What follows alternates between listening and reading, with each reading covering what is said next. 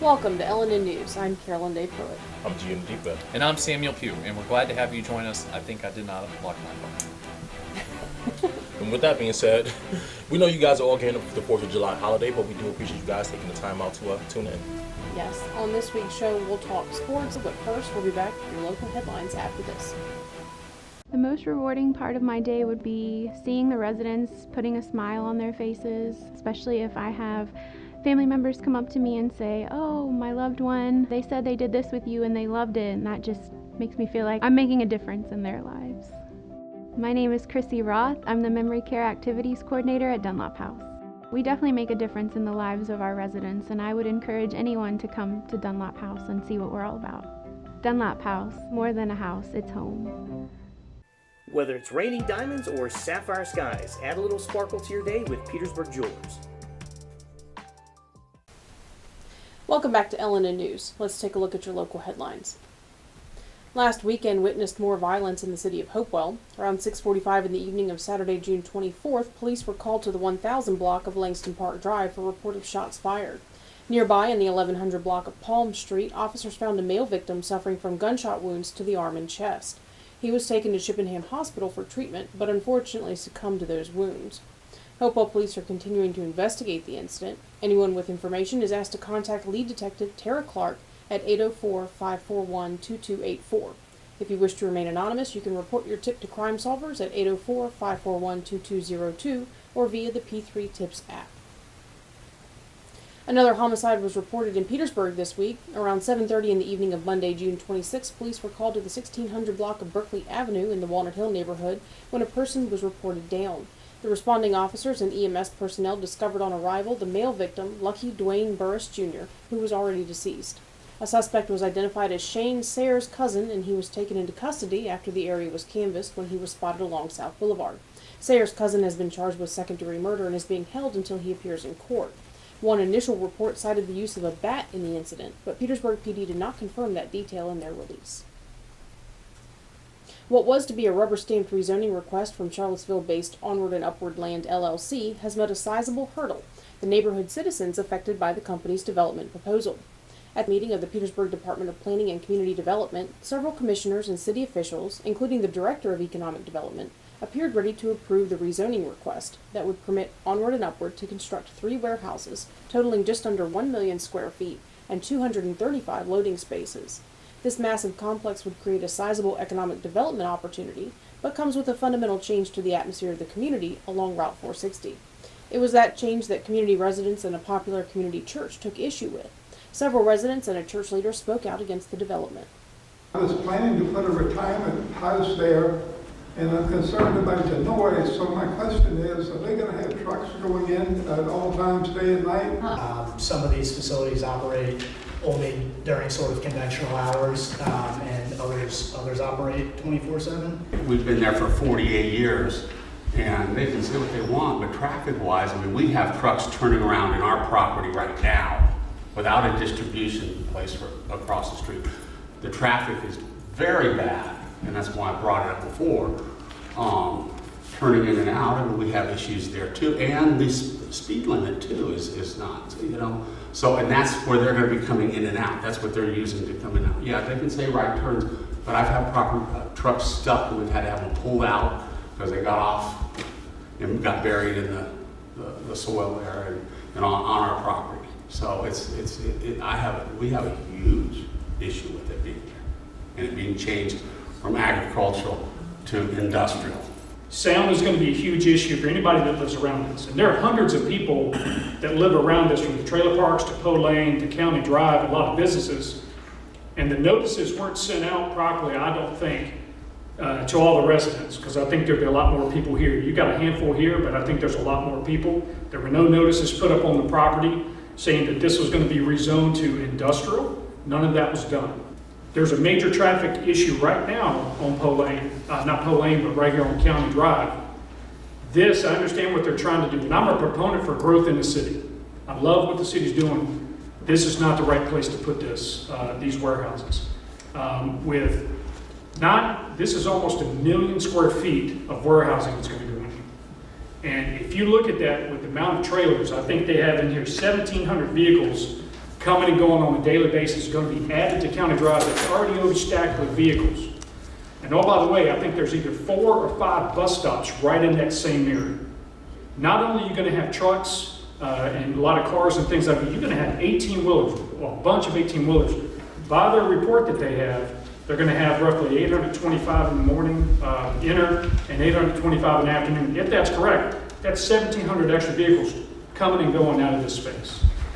So for safety side and for your kids' sake, this is not a good plan. As it's been stated, there is a real concern about this truck traffic that would be related to the 460 corridor. As we know, we have a lot of truck traffic already on that. We have another warehouse facility that is also being rezoned as well, further down 460, down towards McDonald's. So this is just going to add to that situation. Also, I want the city of Petersburg to keep in mind that we already have issues with the pavement on 460. The reason that a lot of people, or they didn't receive these objections, we were never notified. Chest. So without notification, of course, you're not going to get any objections. So once we found out, then calls were being made, no one is answering the phones, and there's no way to leave messages because the phone message, oh, we're sorry, it's full. So what were we supposed to do once we found out a couple of days ago? No signs were put out for us to know. There was no notification, whereas no objection. One property owner said that the development representative led them to believe the land was going to be used for a residential development, a deciding factor in their agreeing to sell the land. Yes, it is going through our property. My wife is completely stressed out right now. You can see her crying over here because she's against me speaking up about this, but I cannot go to sleep at night unless I bring this up. First of all, the lot purchase agreement was based on agreement between the representative of Upward and Onward of building a housing area. There's nothing more than Tay and I would want to do to the community than to give back to Petersburg, to allow Petersburg to help with the housing crisis. We felt that a residential area in our backyard would not prohibit the neighbors and keep the neighbors up all night every day. Secondly, we did not know because we were trusting and assuming that all along we were being led along on false pretenses and misrepresentation. Because as we rushed to do the purchase agreement, we entered that with the mindset of doing a residential area. There's even a paragraph in there referencing back to residential area. The unexpected opposition to the rezoning request led commissioners to reconsider the proposal and ultimately vote the request down 4-2, with Commissioner Thomas Hairston abstaining from the vote. A motion to deny the request was made by Commissioner Michael Edwards, who spoke with LNN, explaining why he made that motion. So I made a motion to deny based on a lot of the inconsistencies that were being raised amongst the citizens, and plus I've seen some inconsistencies coming from a staff level. When the question was raised that proper notification was not sent out, then to me it felt like the city had dropped the ball on this project of properly notifying the adjacent property owners. Commissioner Marie Vargo, one of the 2 commissioners to vote against Edwards' motion, explained to LNN that she was not ready to support the request either.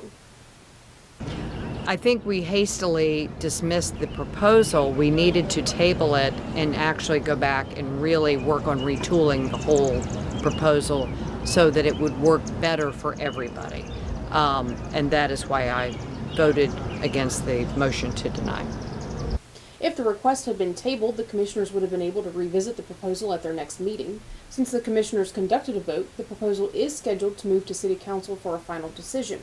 Several commissioners told LNN they would like to see the request returned to the Department of Planning and Community Development to be vetted more extensively. I spoke with our Economic Development Director, Mr. Brian Moore, about the possibility of bringing this item back to the Planning Commission for further review. I was on the prevailing side of that vote this evening to deny the rezoning of the property. Based on Robert's Rules of Order, the prevailing side is able to bring back an item.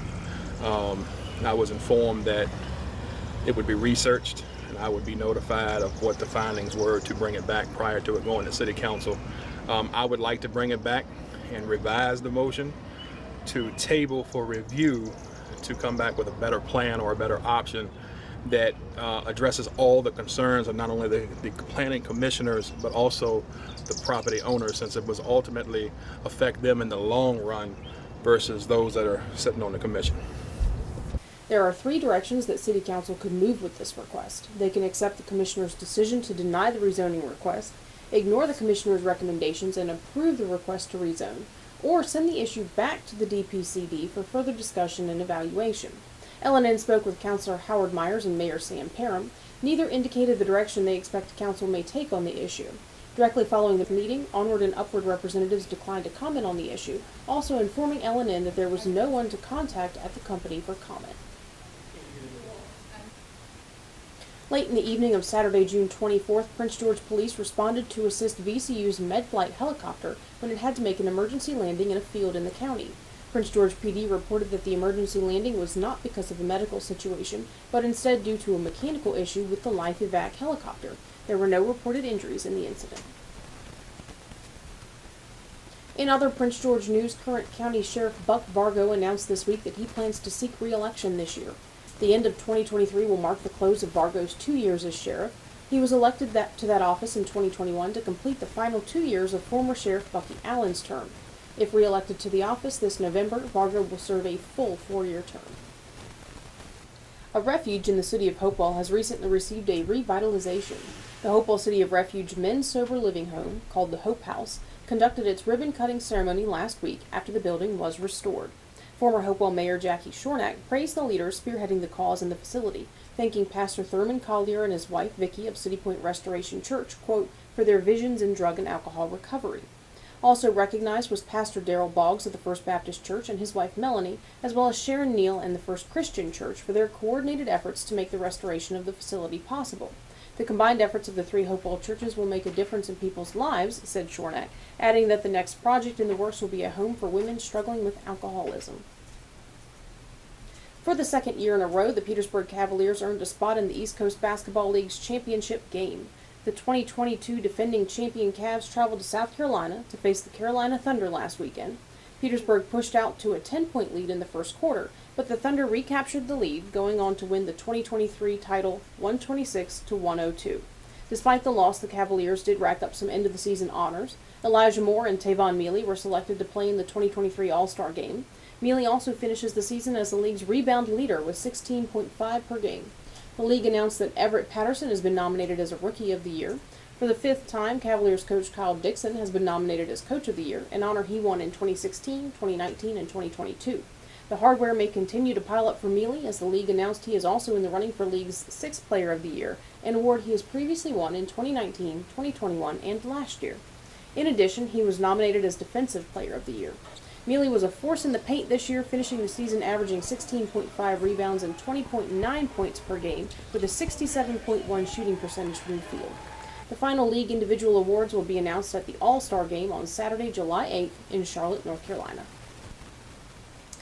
If you're feeling stressed at home or at work, a new Petersburg business may have the solution. The Madhouse promotes a place to, quote, let your rage free. The growing interest in smash houses across the nation has now reached the Tri-Cities. Alfie Harris explained the Madhouse and why she chose to open it. This business here is a place where people could come and relieve stress from their everyday work life. When you feel like you just had enough, when you feel like you've just been over the top, you could come here and de-stress and relax. And also, if you're a business owner, you can create great team building sessions here by smashing and just building and just tearing the stuff out of stuff. What do people do when they come in? They can expect to have a great time by smashing bottles, electronics, cars, windshields, anything that we can get our hand on that's gonna make a lot of noise and clutter and bang up stuff. And guess what? They're gonna leave out of here de-stressed and calm and relaxed. What made me decide to open up the business? Because we do not have the opportunities for activities here.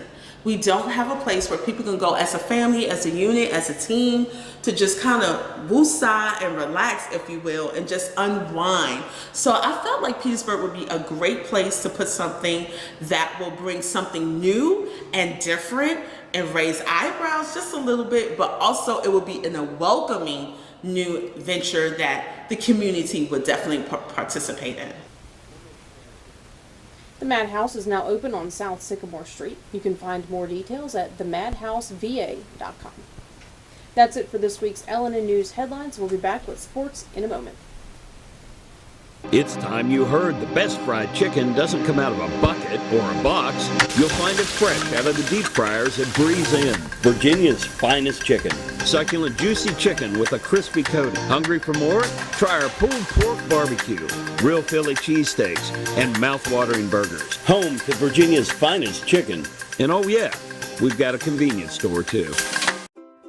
I love being at home. I mean, you do get a lot done. For instance, I just got pre-qualified for a home loan online with BSV. So be a homebody. Visit bsvnet.com to see what you qualify for. Welcome back to LNN News, and we're gonna jump right into sports. Do you guys drink beer at all? Very rarely. I'm more of a really dark beer, like a wintertime beer drinker. Gotcha. But even then, not very often. Okay, what about you? No, I like good things. Oh, I like it. I'm not much of a beer person myself. Now, there's a guy, random dude by the name of Troy Aikman. No one special, just a Hall of Fame quarterback, right? He actually owns a beer company called 8 Elite Light Lager. Have you guys ever heard of 8? The number 8? Like 8 Elite Light Lager. Right. He didn't want anyone to ever be able to say that. Too much alliteration. 8 Elite Light Lager. So he owns a beer, and this week he actually posted on Twitter a short infomercial of himself talking about his beer. He talks about how proud he is to be an American, and talks about the fact that his beer is headquartered and brewed here in the States. And he also takes the time to take a shot at some other beer companies who are not, and who plan on, I guess, using the 4th of July holiday to market their beer by posting obviously 4th of July commercials and making their beer can some sort of American flag. Is he talking about InBev, the Belgian conglomerate that runs all the beer companies here? He didn't name any specific beer company. He just spoke in general. I mean, but you'd be surprised how many of a lot of your, I guess, more popular beer brands are not actually brewed in the States. You guys know of any outside of, you guys know Bud Light is actually not brewed here in the States. Really? Yeah, Bud Light, Corona Light, Corona Premium, I believe it is, Natural Light, Busch Light, a bunch of them. I'm not much of a beer drinker, so I figure if I know any of these beer brands, that they're pretty popular. Yeah, sure. So the NASCAR beers. Right. Yeah. I guess what do you also? I mean, should he have a problem with that? Should there be a problem with people who aren't, I guess, American-based companies capitalizing off of the 4th of July holiday weekend? Like, what do you guys think about that? Should he have an issue with it? It sounds kind of, excuse me, it sounds kind of sticky. I don't think that, marketing to a nationalist holiday in any country is new to a giant corporation. Right. I'm kind of mad that they're importing so much toxic waste, honestly. But, okay, that being said, like on a bigger scale, yes, we should make more stuff here. I mean, absolutely. So I think that having more manufacturing and more industries headquartered actually producing in the States insulates us from world events a little bit better, so that I don't have to fight a 60-year-old lady with a sharpened toothbrush for toilet paper. Twice. Makes sense. Very good reason. Coming for you, Nancy. Did she win? Yes. I'm sorry, go ahead, CD. I really don't have an issue with what he did. I mean, if they want to market that way, and he wants to use their marketing against them in his marketing, it's a battle of the marketing. So have at it. Okay. So what makes, I guess, a company not an American-based company? Is it because because maybe Americans own the company and they just kind of outsource? I guess that happens all the time, though. I mean, Yeah. there are so many companies that have outsourced their production or their labor or whatever just because it's cheaper elsewhere. Right. Well, and the counter argument to that is, okay, we manufacture it overseas, but it's sold in America, so you've got distributors' jobs that are being generated, you have salespeople's jobs being generated, retail jobs being generated. So, it's not exactly like, okay, you're not an American company because you don't make it here. But, man, for you to give me Clydesdales and the American flag in every single commercial is slightly disingenuous. Yeah, the majority of your operations are overseas. Right. I mean, of course I think this is playing into the ongoing controversy surrounding Bud Light, because if you noticed, ever since all of that went down with Mulvaney, Dylon. Okay. Dylan, Yeah. Dylon's been on fire. that Love it. that Bud Light has been trying to play a lot of very Americana feel commercials. It'll be, people going, dressed up like they're going to like a country concert out in, a field or something. And, what's more American than that? It's very obvious what they're doing. Right. I don't think that they're pulling the wool over anyone's eyes there. It's actually pretty patronizing too. Yeah, I think it it's is. distasteful. Yeah, I think that they're really working hard to. They have like people counteract falling that. asleep with like their beer on their chest in the sun, and then they're sunburned, and they're idiots running on asphalt with barefoot, like we don't know how to wear shoes. Like I think the marketing campaign after that is more insulting than having Dylon spit hot fire on there. Like generally, like my buddies who drink Bud Light, just got off a 12-hour shift, wiring up control panels in a manufacturing facility that costs $500 million. Like, we're not idiots, Belgium. Right. So showing moron rednecks getting sunburned is not exactly making me want to drink more sludge. I mean, but is that a depiction of what these other people, other countries, or other is it of what they think of us? Okay, I guess my question is are they owned by people in other countries, or are they owned by Americans and just made? To me, that makes a big difference. They vary. They vary. Yeah. I would say. I mean. So Anheuser-Busch is an American company? No, apparently they outsource their production. I know InBev is the biggest one. So apparently they like trash in Europe more than we like trash here because we drink more whiskey. But this definitely explains why Busch Gardens is all about Europe. I had no idea those were linked. I get scared when the employees in the German section start yelling instructions at me. Yeah, because there's a tram. Anheuser-Busch is headquartered in St. Louis, Missouri.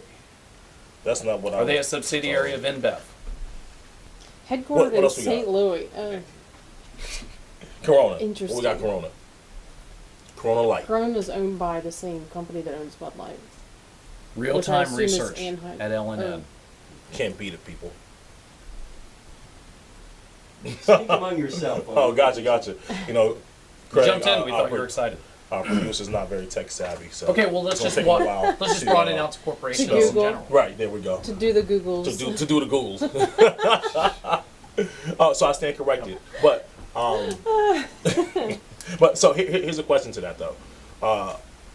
Should people pull their support for some of these, I guess, companies if they do feel that it is disingenuous for them to market the way that they are marketing?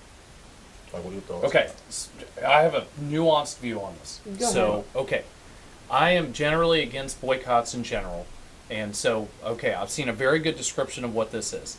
The NGOs, or I'm sorry, the world regulatory bodies, the World Health Organization, the World Economic Forum, the World Bank, go to these investment banks and say, you have to push ESG scores and DEI and all of these like social issues. And so the investment banks turn around to corporations and say, you're not going to get any money unless you do this stuff. If you change your marketing and you do this, okay. So the executives don't care because if their company just dissolves, well, they did the boss's bidding, and so they'll get another job at some other corporation, maybe some other country, but they'll just move on. Who gets messed up here are regular people. Right. So people who drive the trucks, stock the shelves at Target, the majority, 99% of the people who are affected by these boycotts are actually just your neighbors who have no input into the strategy of these giant corporations whatsoever. So, people think they did something, when they boycott Bud Light or boycott Target, when really what you did was just mess up your neighbor's money. Right. I have a counterpoint. There are some instances, and I think this happened recently or is currently happening with Starbucks, where the employees of the company are pushing for a certain political bent, whatever, and they're pushing up the ladder to their executives in their companies for this. To me, that's a different story. When you have the employees themselves, the people who, in other cases where it's more top-down, are being harmed. In this case, it's the employees who are pushing up and saying, well, we want you to do X, Y, and Z, and if you don't, we're going to strike, or we won't work, or we'll quit, or whatever. I feel like that might be the exception to the rule here, because I don't know very many workforces that are as eager to do that as 22-year-old psychology major blue-hair Starbucks employees. No offense, we love you guys. So, just the father of three who's driving a truck in Texas, I don't think he's really demanding that these guys fix society through his paycheck. Right. I would agree. On the majority of it. Right. I would agree. But we're also watching as, those who were the 22-year-old college student or whatever that are working at Starbucks, they are, they're getting older, they're growing up, and to me, in my opinion, they're not losing that kind of activist stage of life that you are in maybe when you're in college as much as generations before. I think whereas, generations before, people, they had their little time where they were, marching in marches, etc., and then they get married and they have kids, and then life's too busy to do that. I don't see that happening as much anymore. One, they're not getting married. Two, they're not having kids, and three, even if they do, they're just dragging their kids with them to the marches. So I think it's a little bit different. Well, we're in a fun time in history where we're entering into what happens to society after you've been industrialized for 100 years, because cost of living is so insanely high. Right. You can't have 5-6 kids anymore, and all of us, probably our parents' generations, came from 4, 5, 6 kids, and now no one does. Right. So yeah, this is kind of a weird time, but to your point, they're not burning out of that activist naivete because it's being driven down from the top now, right? So the executives are going and validating their views and validating their paranoia, and now you're feeling it from both sides. So it's like the middle, normal people who've been doing this for 15 years that are feeling the heat and getting pressed on both sides, to agree that, pick your cause for the month, right? You must support Ukraine, or whatever the heck it is, So no, this is super unhealthy, and I'm actually terrified for what this is going to do to social cohesion over the next generation or two. Is how we come to some kind of agreement about what our morality is. So ultimately, back to sports. Back to toxic waste. So ultimately, it sounds like you say no to the boycotting the non-American. Correct. If you want to boycott an actual company for actual damage to the economy, I mean, it's so funny that people have morals when it comes to Budweiser, but they're perfectly fine spending 70% of their money on Amazon. Okay, so who's almost single-handedly destroyed the entire retail industry. Every mall in America is empty because of Amazon. Right. So, I just think that we have the wrong targets here. I don't disagree. How about you? No real major disagreement. I mean, like I said, going back to the original point, I don't blame him for marketing that way. It's a marketing tactic. Right. Just like what the other companies are doing is a marketing tactic. Right. So all is fair in love, war, and marketing. There's a firearm company that recently did this. Their social media person got into an argument on Twitter with regular Daves, in Tennessee. And so they didn't address it. They addressed it, but they didn't really pour fuel on the fire. They just did a post where they said, there was an idiot here, she's fired, and we're sorry. And then they moved on. And it was fine. And everybody was like, okay, good. But she's a Starbucks now. So, there's a way to do this without being patronizing. We screwed up, we're sorry, changes were made, we have a good product. Like, it's that simple, And so I just don't understand why they have to give me stereotypical American symbolism like I'm an idiot, I guess maybe that's the stereotype of us overseas in St. Louis. Or those are the people who, I guess... their last names are Dietrich and Gotcha. Muehl and Schlasher. German is an awful language. All right, well, on that, thank you again to our viewers for tuning into the show. If you would like to be notified when our new videos drop on YouTube, be sure to subscribe to our channel and click the notification bell. We'll be back in a moment.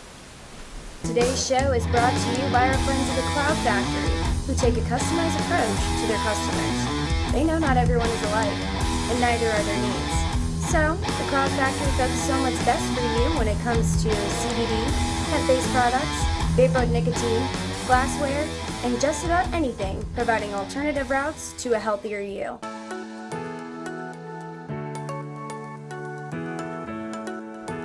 Yes, you can still get haircuts, colors, highlights, waxing services, everything that's going to make you look great right here at the Apothic Company.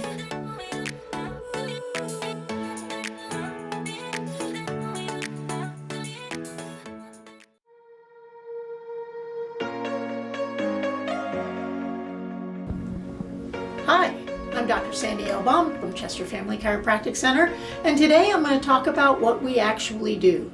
People often ask, what does a chiropractor do? We find, detect, and remove something called a subluxation. Subluxations are related to your spine. Now, a luxation would be a complete dislocation. When somebody dislocates their shoulder, literally the arm is hanging out of joint. A subluxation is less than a luxation, so it's partly out of position. The thing that you have to realize is that if a joint is out of position, there's no way that it can move properly. In the spine, your spine is one of the most mobile areas of your entire body. Every single joint, all 24 of them, are designed to move forward and back, left and right, and rotation from side to side. If that motion is interrupted, the tissue around that joint is going to complain and be upset. So some of those tissues will go into spasm and other tissues will begin to swell. It starts in almost a benign phase, enough that most people don't even recognize it until they do something that challenges that joint a little bit more, and that can develop into more severe pain. The real issue here, though, is what happens to the spinal cord and the nerve system around it. With that irritated tissue, with the change in the motion of the bone, it can put pressure directly on a nerve. And then wherever that nerve flows, the information from your brain to the tissue cell, or the tissue cell to the brain, is interrupted.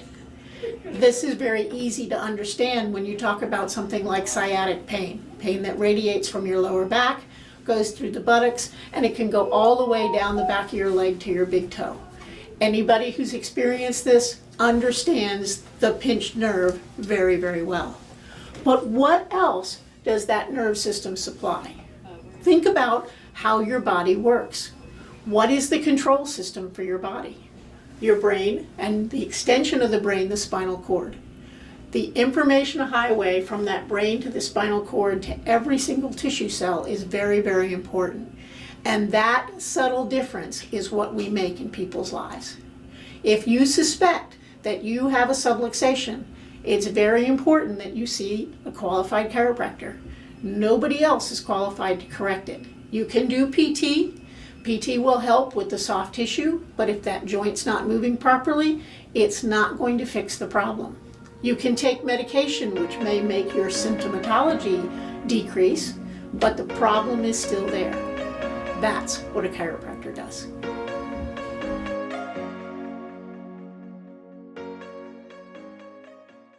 Swader, Central Virginia's premier sports park. Corporate events, parties, date night, or just a family outing. At Swader's, it's always playtime. So here at Titan Auto and Tire, we're a full care automotive repair center, full maintenance items anywhere from an oil change, state inspection, and also full engine replacement. Titan Auto is different because of our customer service mainly. I mean, we have some of the best trained and qualified techs in the area. Our three main focuses are customer safety, customer service, and community. Knowing that you're going to put them first and it's not about the dollar.